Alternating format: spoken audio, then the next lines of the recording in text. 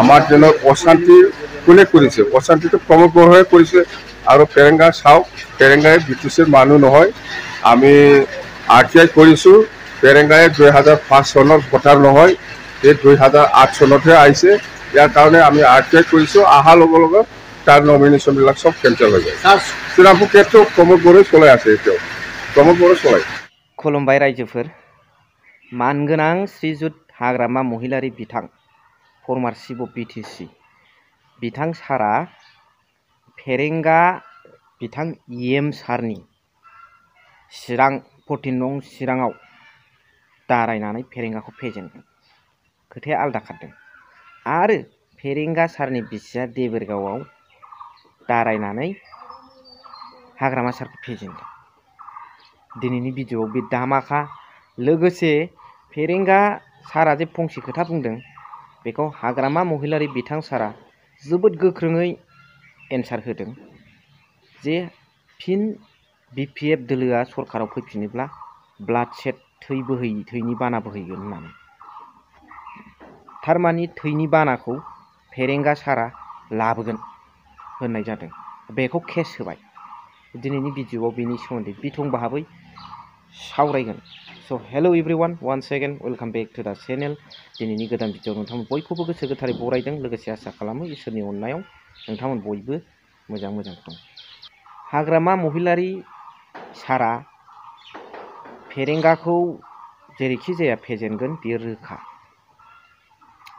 बेखौ आङो फोरमानजों लोगोसे आरो बिथांनि केस होनायखौबो फोरमानजों लोगोसे जोबनाय फारसे खिथानो थांगासिनो दं।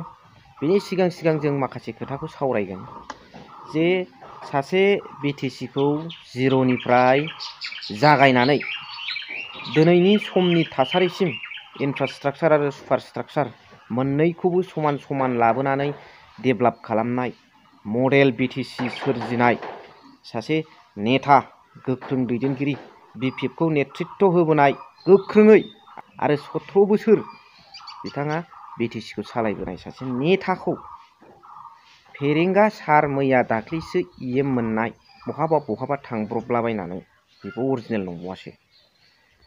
बेबादि सासे मैया दाख्लैनि नेतायानो गाव जुजिया हुसिया आरो बिथाङा रति महारथि होनदोंना, UPPLआव सोर रति महारथि? बिराद गिदिर दावहारुफोर दं हाग्रामाजों कम्पिट खालामनो हानाय। दा बेखौनो बेबादि सासे हाग्रामाबादि 17 बोसोर BTCखौ सालायबोनाय सासे गोख्रों नेता, एवार्ड मोनलायनाय आसाम गभर्नमेन्टनिफ्राय, बेखौनो बियो बिराद डाउनाव खोख्लैनानै, अनेक डाउनावबो खोख्लैखांबाय आरो अनेक डाउनाव खोख्लैनानै गावनि बिसिजों सोलायनो देबोरगाव समस्तियाव दावहा होनानै इलेक्सन गेलेहोनानै गाव फेजेनगोन। नेहाथाव दोननाय जायाखै होनबा इलेक्सन आखिन नों फाथिनानै होबानो देरहालाबायनाय जायासैलै। रायजोनि नोंथाङा मा मावदों? नोंथाङाथ' दासिमबो बाला अन्थाइ लांखुमानानै फैसा कालेक्सन खालामनानै सिन्डिकेट खालामनानै रायजो राजाफोरनिफ्राय सोबख'गासिनो दं। फिथाइ सामथाइ गाइखेर लोंग्रानि सरकारा दोलोआ बेबादि जायो। फेरेंगा सार, नोंथाङाथ' लामायाव टेक्स कालेक्सन आरो बे खवारियाव बेसेबां टेक्स लायो बेखौबो मिथिजोबो जों।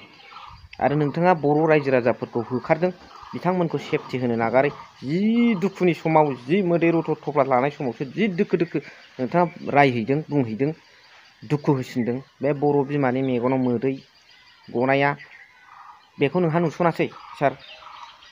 बेफोरखौ एसे बेबस्था लानो नागारै बेफोरखौ रासिनसो नोंथाङाथ' होखारनानै खस्थ'सो होदों। दा बेखायनो हाग्रामा महिलारि सारा बिथांखौ फेजेनगोना रोखा। 14 नं चिराङाव दारायगोन हाग्रामा महिलारि सारा फेरेंगाखौ फेजेनगोन। आरो बिथांनि बुंनाय बासना जोबोद लाजिथाव, मुगैथाव जे बिथाङा बुंदोंमोन सिगाङाव, बेनि थाखायनो BPF दोलोआ बिथांखौ RTI होनाय जादों जे BPFआ फिन सरकाराव फैफिनोब्ला थैनि बाना बोहैगोन होननाय। बे खोथाया जोबोद लासिंसिं मुगैथाव बाथ्रा बियो। बेबादि सासे EMनि खुगायाव बिदि रायलायनाङामोन, नाथाय बिथाङा बुंदों। दा बेनि थाखाय बिथांखौ RTI होनाय जादों आरो बेनि एक्सनखौ BPF दोलोआ सरकाराव फैयोब्ला लानाय जागोन। थारमानि BPF दोलोआ सरकाराव फैयोब्ला गाव थैनि बानाखौ गाव बोहैहोगोन, गाव माबा मोनसे आखाइयाव आइजें लानानैबाबो गावग्लुंलाजोबगोन होननाय जाबाय। बेना गावसो लाबोगोन होननाय जादों फेरेंगा सारासो गावसो लाबोगोन दावराव-दावसिखौ गन्दगलखौ होननाय जादों। दा बिथाङाथ' बिटिसिनि बाखिन्दा नंखाया नालाय दा बेखौबो नमिनेसनखौ बिपिएफ दोलोआ बोखारहोगोन आरो बिथांखौ गावनि जायगायाव थांहोफिनगोन। फेरेंगा सारना गावनाथ' गासिबो राइटजोब लामायाव दाम्पार हमजानायाबो नंखाय बाला अन्थाइनि केलेंकारियाबो नंखाय गुन्दा टेक्स खालामनायाबो नंखाय खवारि फैसा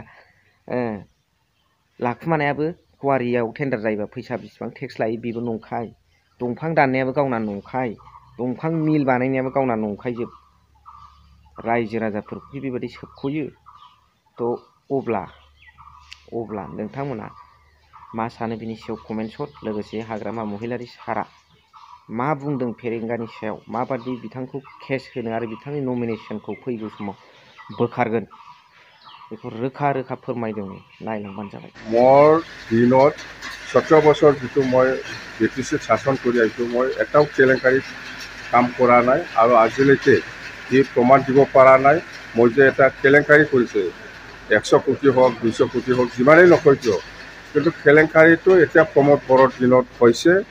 আমি চৰকাৰ অহাৰ পিছত ইয়াৰ ওপৰত আমি ইনভেষ্টিগেশ্যন কৰি পেলাই যি মানে ব্যৱস্থা ল'ব লাগে সেইটো আমি কৰিম।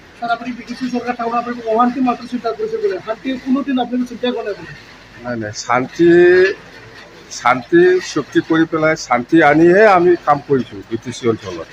আমাৰ দিনত অশান্তি কোনে কৰিছে? অশান্তিটো প্ৰমোদ বড়োৱে কৰিছে।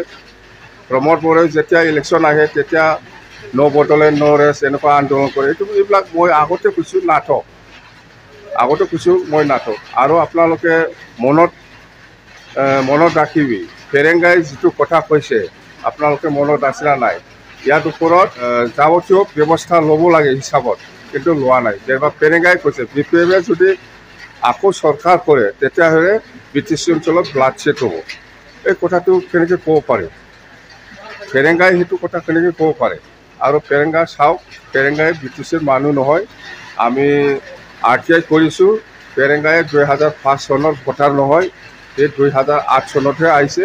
ইয়াৰ কাৰণে আমি RTI কৰিছোঁ অহাৰ লগে লগে তাৰ নমিনেশ্যনবিলাক চব কেঞ্চেল হৈ যায়।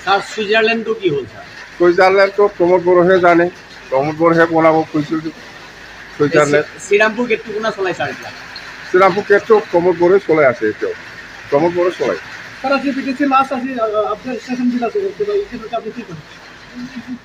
আজি সেশন আছে বুলি ময়ো জানো কিন্তু আমাৰ লিডাৰ আছে আমাৰ বিধায়িনী MCLA-সকলৰ আমাৰ অপজিশ্যনৰ লিডাৰ আছে তেৰাছা বসুমতাৰী সি চলাই যাওঁ।